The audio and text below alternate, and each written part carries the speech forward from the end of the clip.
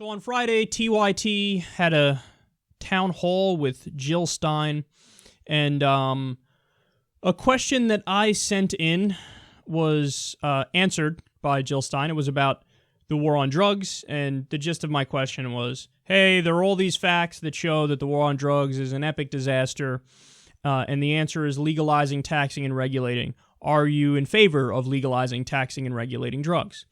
And her response was pretty thoughtful, and she said, basically, I'm in favor of decriminalizing all drugs, but not legalizing all drugs. I would legalize a select few, and I would leave it up to the scientists to determine which one should be legalized, and we'll take it from there, basically.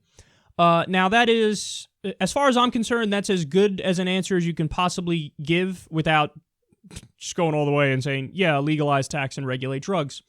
So I definitely give her a lot of credit for her answer. I thank her for her answer. Again, it was very thoughtful, and it was almost exactly where my position is.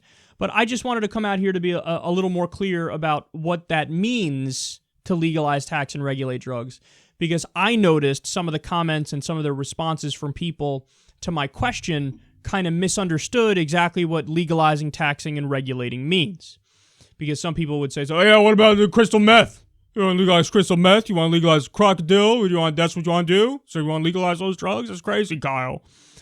Well, no. So a lot hinges on that last word. The last word is regulation. People like to, brush that one aside or not pay as much attention to it or not understand what it means. So what does that mean? Well, for example, in the United States, you're allowed to sell cigarettes, correct? Yes. Are those cigarettes legally allowed to be to have cyanide as an ingredient? No. Now, when I say cigarettes should be legal, do I mean cigarettes laced with cyanide? No. Of course I would have regulation to make sure that you can't have cyanide in your fucking cigarettes. Now, when you turn to other drugs like, amphetamines, massive uppers, or downers, or whatever drug you want to talk about, the whole point of legalizing, taxing, and regulating is to make it so that the worst forms of the different drugs are regulated out of existence. So, for example, when it comes to uppers, if you want to have, amphetamines, or like Adderall, for example, Adderall's legal, but you got to get a prescription, so on and so forth. Well, if you have legal Adderall in the country, you can go to CVS, for example, and get Adderall. Well, that actually undercuts the market for cocaine, for example. And the cocaine that's sold on the black market is sometimes cut with terrible shit and sometimes can fucking kill you. So, and also crystal meth, massive upper. Well, if you have Adderall legal that you can just go to CVS and buy the Adderall, well, then that massively undercuts the black market for cocaine and crystal meth. Doesn't totally get rid of it, but it certainly limits it because you have a safe place to go get a more safe upper. Now, does that mean nobody's going to ever have a problem with it? Of course not. There's still going to be some people who are addicted. But according to Dr. Carl Hart, who's the foremost expert on drug addiction, he says, look, 80% of all drug users are normal people with normal jobs that don't have any issue with substance abuse. And for the people who do have an issue, it's going to be taken care of medicinally. You're going to treat it as a health issue as opposed to a criminal issue. Now, again, Dr. Stein said the same thing effectively. She was like, well, look, anybody who has a problem, we should treat it as a health issue, not a criminal issue. So it's great that she agrees with that. But I just want to explain to everybody what legalize, tax, and regulate means.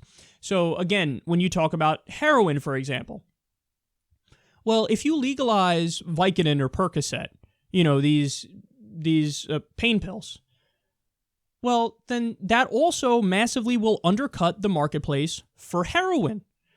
And we know this. So one of the things that happened is when there was this massive crackdown on pain pills, and it was harder for people to get pain pills, what happened? The sales of heroin shot through the fucking roof. Because they react very similar in the body, and in the different receptors in the brain. They're both opiates or opioids.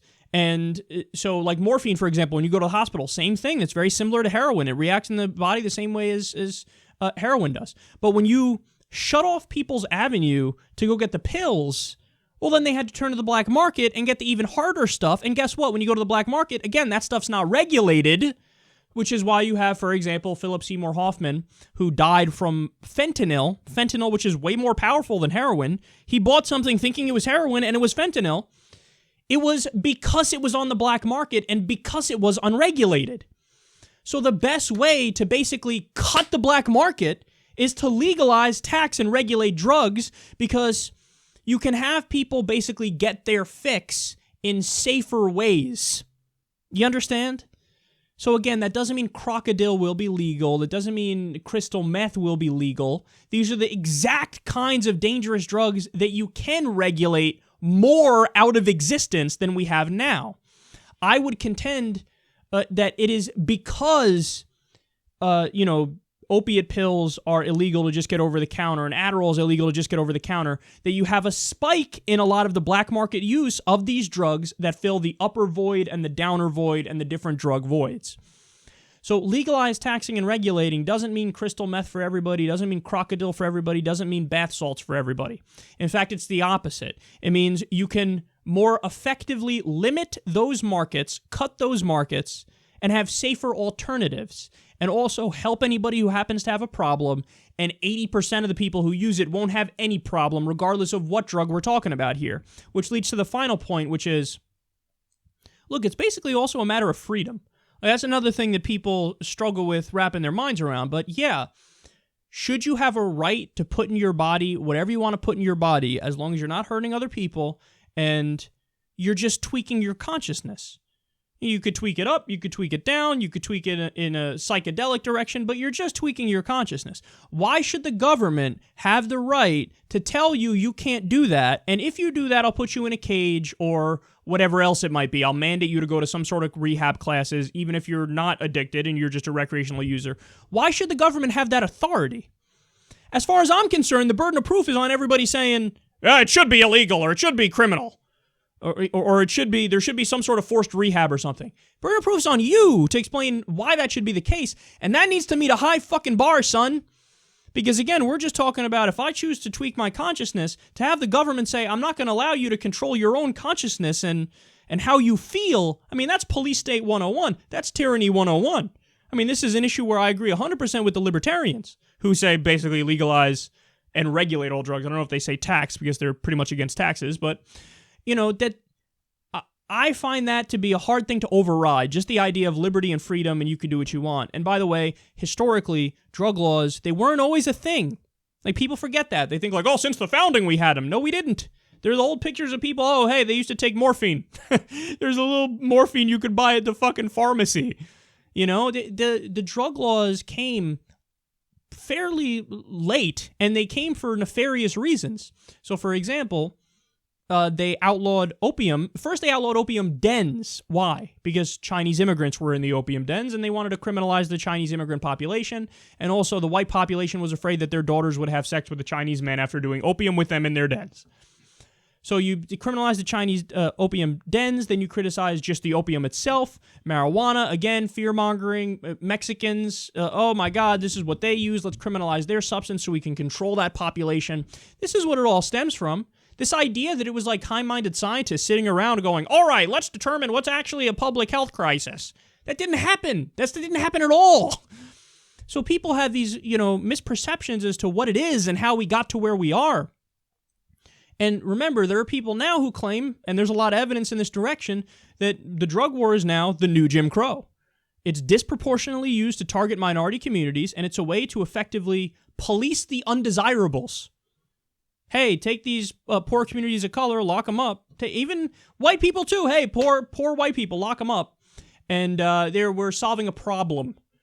And this is why the numbers of people in jail and prison in the United States, it beats Stalin's gulags at their height, because we've criminalized massive swaths of the population. Like I said to Dr. Jill Stein, there's a drug arrest every 25 seconds in the U.S. That is just mind-numbing. 160,000 people have died because there's a literal war going on with the drug cartels.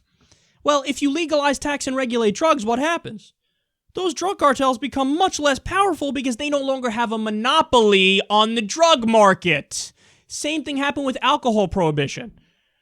So when we had alcohol that was illegal, the mafia got really powerful because they sold all the alcohol on the black market, so you made them rich. So the answer was never prohibition. It never worked. It creates more problems than it solves. So this is what I was trying to get at. And again, credit to Jill Stein, because that's a very reasonable answer and a fair answer, and it's as far as many people are willing to go. This idea of, okay, look, we'll legalize a select few, but decriminalize the rest. Okay, I got it. But what I'm saying is not much different from that, but I do think there are important differences there, which is if you legalize, tax, and regulate drugs, you really can regulate away the worst ones and limit even the production and creation of them and make it so that less harmful substances you can legally buy. And I think that's the right answer, and I think history has shown that pretty clearly.